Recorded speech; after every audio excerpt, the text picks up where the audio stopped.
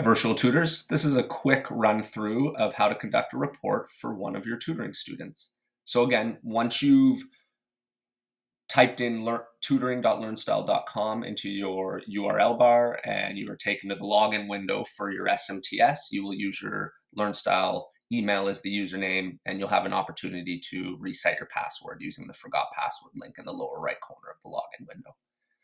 You'll then be taken into the system where you can click on one of your live students and you will land on this profile tab, which is the first tab of the reporting on your student. So when you're on the profile tab, you'll see several little windows. You'll see a student details window, which has the grade and the primary focus auto-populated for your particular student at that given time. You can adjust these as needed if through some discussion with the student, any of these change. You will also, over on the session info window on the right side, be able to adjust whether the session type is individual or group. Down below, you'll see a student notes section, which is really important. This is for you, the tutor. It's an opportunity to add any personal information about the student, further explain the area of greatest need that was identified as the primary focus above, add interests of the student, likes or dislikes. Do they have any pets? Family information. Again, this section is for you. It's meant to help develop traction and relationships with that student.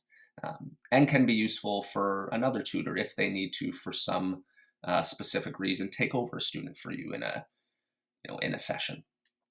There's also an admin notes section that can be populated by the scheduling team. From there, you'll move to the task focus tab.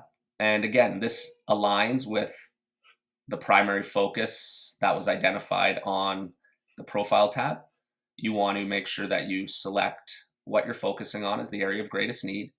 And here's where you'll have the opportunity to identify what strategy you focused on during the session.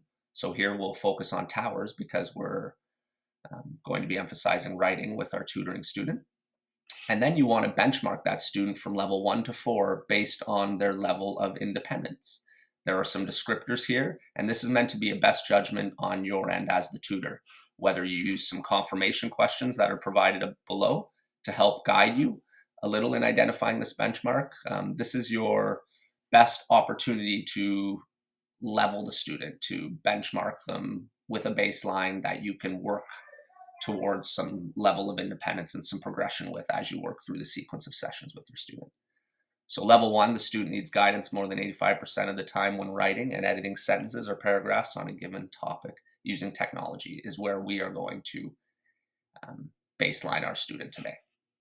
From there, you'll then make sure you're saving every time you fill in any information. And then you'll move to the software tab, where you will check off the pieces of software that you work on during that particular session. Today, we're going to focus on Mindomo because we'll be looking at the thinking and the organizing phase of towers.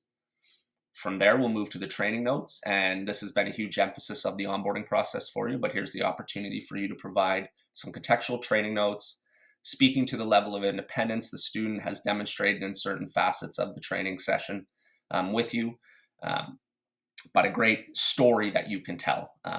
For example, the middle paragraph, after being introduced to the tower strategy by watching the Cloud Gear learning video, we focused on leveraging Mindomo to brainstorm ideas around a day in the life of a superhero. Erica did a great job at thinking of several ideas with some prompting to kickstart her writing. Erica leveraged some key features of Mindomo to support her with this. So again, you'll get your own flair when it comes to these training notes, contextual training notes, but it will be a huge emphasis of this reporting component. You'll then move to the student survey, where you will need to answer all 3 of these questions and check these off. You can build these questions organically into your discussions with the student throughout the course of the tutoring session. They don't have to be interview style by any means. Find your answers any way you can. When you're all finished, you can begin to complete your session. So this will be here you'll be required to fill in the amount of time you focused on the area of greatest need, task focus, as well as the amount of time you worked on the strategy and the software. You'll have an opportunity to adjust your training notes as well as any tech issues that you saw on the previous screen before completing your session.